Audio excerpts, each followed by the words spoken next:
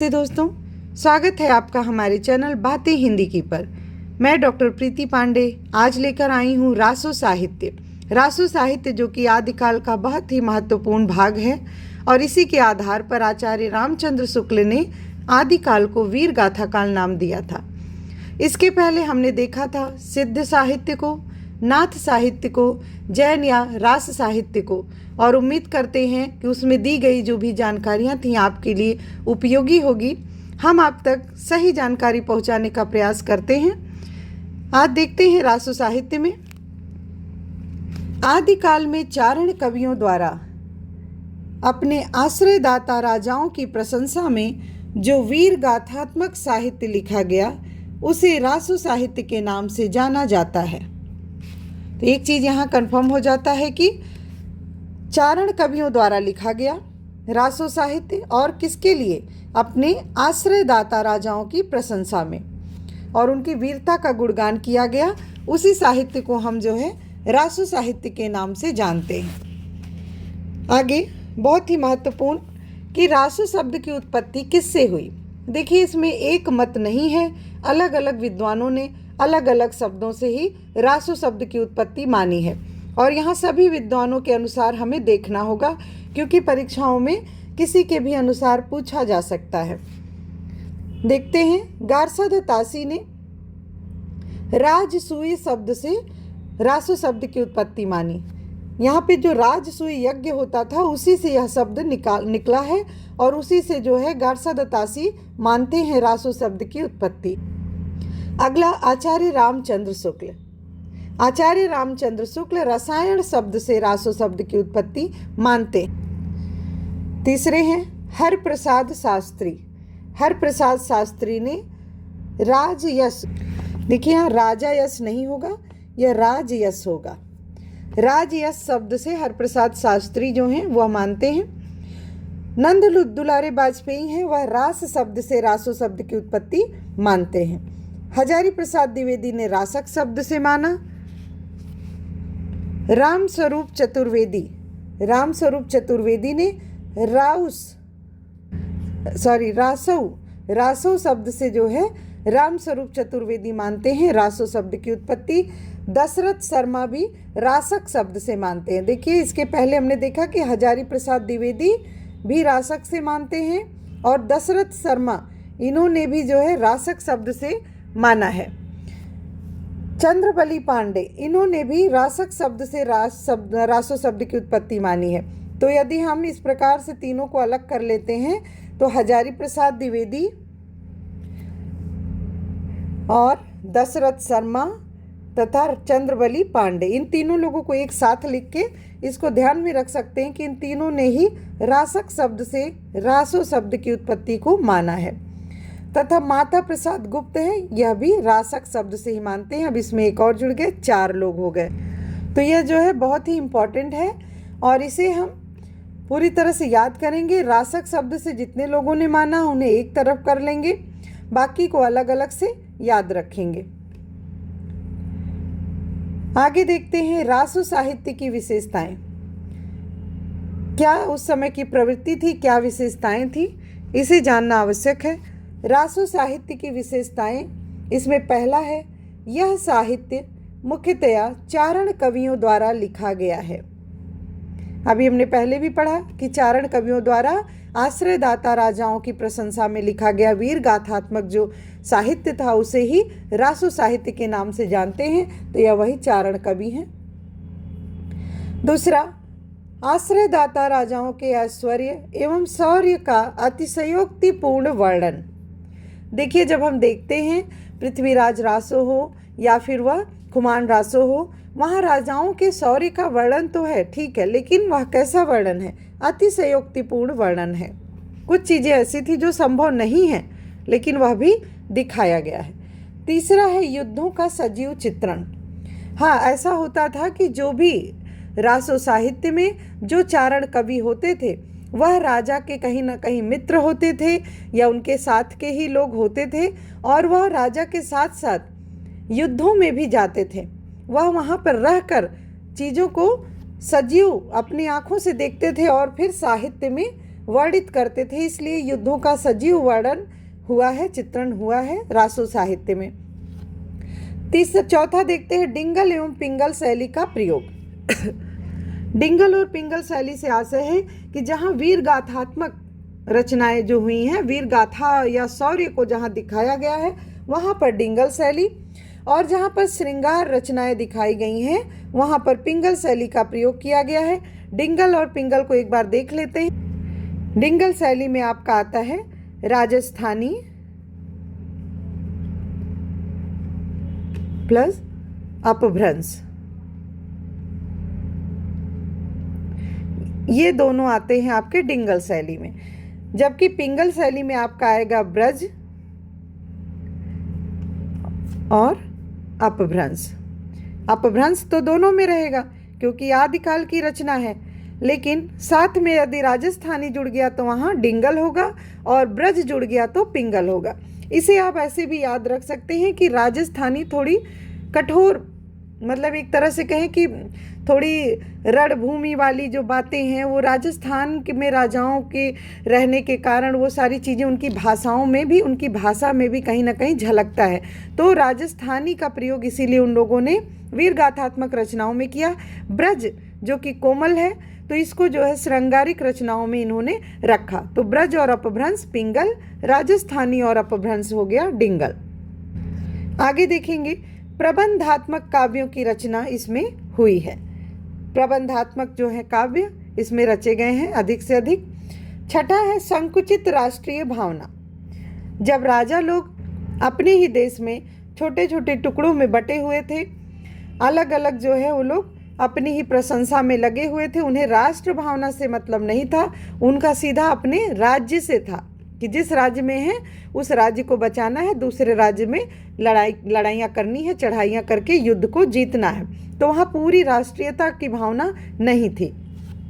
सातवां वीर एवं श्रृंगार रस। जैसा हमने देखा डिंगल एवं पिंगल शैली, तो डिंगल शैली आपका वीर में है और पिंगल शैली श्रृंगार रसों में है। ये दोनों रसों की अधिकता जो है रासो काव्य में है, क्योंकि राजाओं के लिए उनके शौर्य का भी वर्णन होता था और उनके लिए श्रृंगारिक रसों का भी चित्रण किया जाता था, उसमें भी साहित्य लिखा जाता था। आठवां है अधिकांश रचनाएं अर्ध प्रामाणिक। पूर्ण प्रामाणिक भी नहीं है और पूरी तरह से अप्रामाणिक भी नहीं कही जा सकती हैं जो रासो साहित्य की रचनाएं हैं, क्योंकि इतिहास में कहीं ना कहीं साक्ष्य मौजूद हैं कि पृथ्वीराज रासो थे या फिर जो है विशलदेव रासो थे, किंतु पूरी जो चीज़ें बताई गई हैं इनकी रचनाओं में वह पूरी तरह से नहीं मिलता और सही नहीं लगता है। जैसे अतिशयोक्तिपूर्ण वर्णन भी बताया गया है, तो इस प्रकार से बहुत सारी चीज़ें उसमें जोड़ी गई। तो इस तरह से देखिएगा कि ऐतिहासिक एवं काल्पनिक ये दोनों चीज़ें मिश्रित है आपके रासो का काव्य या साहित्य में, तो इसलिए इसको अर्ध प्रामाणिक कहना ज़्यादा उचित होगा। आगे हम देखेंगे प्रमुख रासो ग्रंथ एवं उनके रचनाकार। तो जैसा कि हम जानते हैं कि जितने भी रासो ग्रंथ हैं उनसे संबंधित प्रश्न हमारी परीक्षाओं में पूछे जाते हैं, उनके रचनाकार, उनके नायक नायिका या फिर कथा वस्तु। तो देखते हैं सबसे पहले खुमाड़ रासो। खुमाड़ रासो का समय है 9वीं शताब्दी तथा इसके रचनाकार हैं दलपति विजय। इसका वर्ण विषय देखेंगे। इसमें चित्तौड़ के शासक खुमाड़ एवं बगदाद के खलीफा अलमामू के मध्य हुए युद्ध का चित्रण है। यह ध्यान रखना किसके किसके बीच, तो चित्तौड़ के शासक खुमाड़ एवं बगदाद के खलीफा अलमामू के मध्य। अगला, इसमें खुमाड़ द्वारा किए गए 24 युद्धों का वर्णन है। 24 युद्धों का वर्णन है। शुक्ल जी के अनुसार खुमाड़ नाम के 3 शासक हुए, बहुत ही महत्वपूर्ण। शुक्ल जी ने कहा है कि जो है 3 शासक थे खुमाड़ नाम से। पहले जो प्रथम है उनका समय है विक्रमी संवत 810 से 865। दूसरे हैं खुमाड़ द्वितीय, इनका समय है विक्रमी संवत 870 से 900। तथा इसी का जिक्र खुमाड़ रासों में हुआ है। तो ये भी बात ध्यान रखने की है कि खुमाड़ रासों जो कि आदिकाल में लिखा गया है, वीरगाथात्मक काव्य है, उसमें कौन से खुमाड़ की का जिक्र हुआ है, तो वह खुमाड़ द्वितीय हैं और इनका समय है संवत 870 से 900। तथा तीसरे हैं खुमाड़ तृतीय, इनका समय है विक्रमी संवत 965 से 990। अगली विशेष बात है कि खुमाड़ रासों में लगभग 5000 छंद हैं। इसकी भाषा राजस्थानी है। यह वीर रस प्रधान रचना है। क्योंकि वीर रस प्रधान रचना है तो राजस्थानी तो होना ही है। अगला जो हमारा रासो ग्रंथ है वह है वीसल देव रासो। वीसल देव रासो रचनाकार है नरपति नाल, रचना काल है 1155 ईस्वी, शुक्ल जी के अनुसार यह है और सर्वमान्य भी है। यदि परीक्षा में पूछा जाए कि शुक्ल जी के अनुसार वीसल देव रासो का समय क्या है या रचना काल क्या है, तो 1155 ईस्वी होगा। और यदि इस प्रकार ना पूछे, सीधा पूछ ले कि सर्वमान्य रूप से वीसल देव रासो का रचना काल क्या है, तो भी 1155 ही है। ध्यान रखेंगे ईस्वी में, और इसको जब संवत में बदलेंगे तो अलग हो जाएगा। तो यहाँ देखते हैं संवत 1272 माझारी, जेठ बुधि नवमी बुधवारी। इस पद के माध्यम से उनका ये समय निकाला गया है। आगे वीसल देव रासो का संपादन माता प्रसाद गुप्त ने किया है। तो यह एक प्रश्न यह भी कि वीसल देव रासो का संपादन किसके द्वारा हुआ? माता प्रसाद गुप्त के द्वारा। और इसका काव्य रूप क्या है? यह प्रबंधात्मक नहीं है, यह मुक्तक है। तथा इसका प्रधान रस श्रृंगार है, संयोग एवं वियोग। देखिए, जहाँ पर वीर गाथा, वीर रस जहाँ प्रधान है, वहाँ पर अधिकतर प्रबंध काव्य लिखे गए हैं, और जो श्रृंगार रस से पूरी तरह से, जिसमें श्रृंगार रस की प्रधानता है, वह जो है मुक्तक काव्य, मुक्तक रूप में लिखे गए हैं। तो वीसल देव रासो इसलिए भी बहुत चर्चित है आपके आदिकाल में, क्योंकि यह जो है श्रृंगार रस में पूरी तरह से लिखा गया है, और इसमें संयोग एवं वियोग दोनों तरह के श्रृंगार रसों का वर्णन हुआ है। इसके नायक जो हैं वह है वीसल देव तृतीय। इन्हें विग्रह राज चतुर्थ, अजमेर का चौहान वंश का शासक भी कहा जाता था, अर्थात यह विग्रह राज चतुर्थ के नाम से भी जाने जाते हैं, और अजमेर के जो है चौहान वंश के ये शासक थे, और ये तृतीय हैं, ध्यान रहे, वीसल देव तृतीय। इसकी नायिका है राजमती। यह वीसल देव की पत्नी एवं मालवा के भोज परमार की पुत्री हैं। आगे देख लेते हैं कथानक, क्योंकि कथानक बहुत महत्वपूर्ण है। वीसल देव रासो जो कि 4 खंडों में है, तो 4 खंडों में पहला तो यही प्रश्न बन जाता है कि वीसल देव रासो का जो है कथानक कितने खंडों में है? 4 खंडों में है। प्रथम खंड में क्या है, द्वितीय खंड में क्या है, तृतीय में क्या है और चतुर्थ में क्या है, चारों को जानना अनिवार्य है। प्रथम खंड में वीसल देव एवं राजमती के विवाह का वर्णन है। द्वितीय खंड में राजमती के किसी कथन से रुष्ट होकर वीसल देव का उड़ीसा जाना एवं 12 माह तक वहाँ रहना। ध्यान रखना कि 12 माह तक रहते हैं राजा वीसल देव उड़ीसा में। तृतीय खंड है राजमती के वियोग का 12 मासा पद्धति में वर्णन एवं वीसल देव का उड़ीसा से लौटना। तो यहाँ 12 मासा पद्धति यह भी बहुत महत्वपूर्ण है, क्योंकि कहा जाता है कि प्रथम बार जो है ऐसा देखा गया कि 12 मासा पद्धति का वर्णन कहाँ हुआ है? वीसल देव रासो में हुआ है। और चौथा है भोज परमार द्वारा अपनी पुत्री को घर ले जाना एवं वीसल देव द्वारा उसे अजमेर ले जाना। देखिए, 12 मासा का वर्णन नागमती वियोग खंड में भी हुआ है, जो कि जायसी द्वारा पद्मावत लिखी गई उसमें है, और वहाँ पर जो है क्योंकि वह इसके बाद लिखा गया है, इसलिए प्रथम बार कहाँ प्रयोग में आया तो वह वीसल देव रासो ही होगा। और नागमती वियोग खंड में जो है हमने देखा था कि आषाढ़ माह से, जब हम पढ़ रहे थे चढ़ा आषाढ़ गगन घन गाजा, तो इसमें आषाढ़ माह से 12 मासा का जो है शुरुआत किया गया है, जबकि आपके वीसल देव रासो में जो है कार्तिक मास से आरंभ होता है, 12 मासा का, तो इसको भी बहुत ध्यान से पढ़ेंगे।